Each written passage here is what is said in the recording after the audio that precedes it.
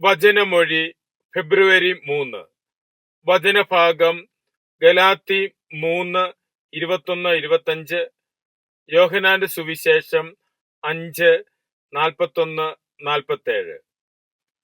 വിശുദ്ധ യോഹന്നാൻ അറിയിച്ച നമ്മുടെ കർത്താവ് ഈശോ മിശിഹായുടെ പരിശുദ്ധ സുവിശേഷം. മനുഷ്യരിൽ നിന്ന് ഞാൻ മഹത്വം സ്വീകരിക്കുന്നില്ല. എനിക്ക് നിങ്ങളെ അറിയാം. നിങ്ങളിൽ ദൈവസ്നേഹമില്ല. ഞാൻ എൻ്റെ പിതാവിന്റെ നാമത്തിൽ വന്നിരിക്കുന്നു, എന്നിട്ടും നിങ്ങൾ എന്നെ സ്വീകരിക്കുന്നില്ല. എന്നാൽ വേറൊരുവൻ സ്വന്തം നാമത്തിൽ വന്നാൽ നിങ്ങൾ അവനെ സ്വീകരിക്കും.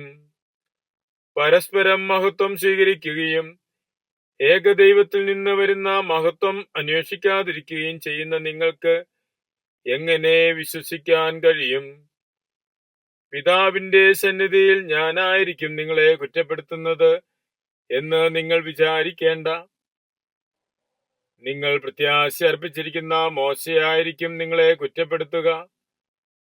എന്തെന്നാൽ നിങ്ങൾ മോശയെ വിശ്വസിച്ചിരുന്നെങ്കിൽ എന്നെയും വിശ്വസിക്കുമായിരുന്നു. കാരണം എന്നെ കുറിച്ചാണ് അവൻ എഴുതിയിരിക്കുന്നത്.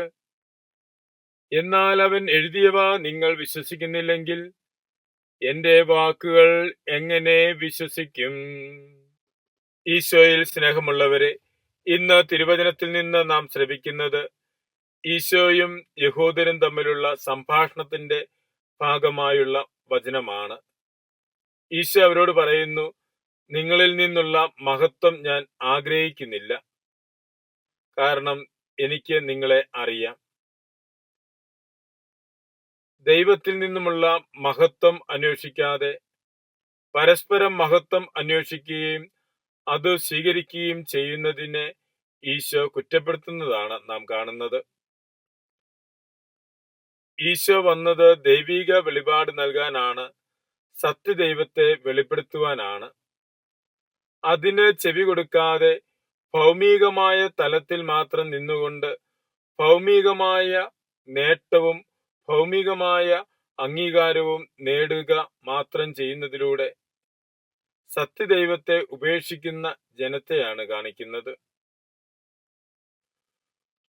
മിശിഹായിലൂടെ വെളിവാക്കപ്പെട്ടു തന്ന ഏക സത്യദൈവത്തെ അറിയുന്നതിനും അവിടുത്തെ സ്നേഹിക്കുന്നതിനും ദൈവസ്നേഹത്തിൽ വർത്തിക്കുന്നതിനും പരസ്പരം മഹത്വം മാത്രം അന്വേഷിക്കുകയും അത് സ്വീകരിക്കുകയും ചെയ്യുന്നവരാകാതെ ദൈവോന്മുഖമായി ജീവിക്കുവാനും എല്ലാറ്റിനും ഉപരിയായി ദൈവത്തെ മഹത്വപ്പെടുത്തുവാനും ദൈവസ്നേഹത്തിലായിരിക്കുവാനും ദൈവസ്നേഹത്തിൽ അധിഷ്ഠിതമായി പരസ്പരം നന്മ ചെയ്യുന്നതിനും പരസ്പരം മഹത്വപ്പെടുത്തുന്നതിനും നമുക്ക് പരിശ്രമിക്കാം. മിശിഹ നമ്മെ അനുഗ്രഹിക്കട്ടെ. ആമേൻ.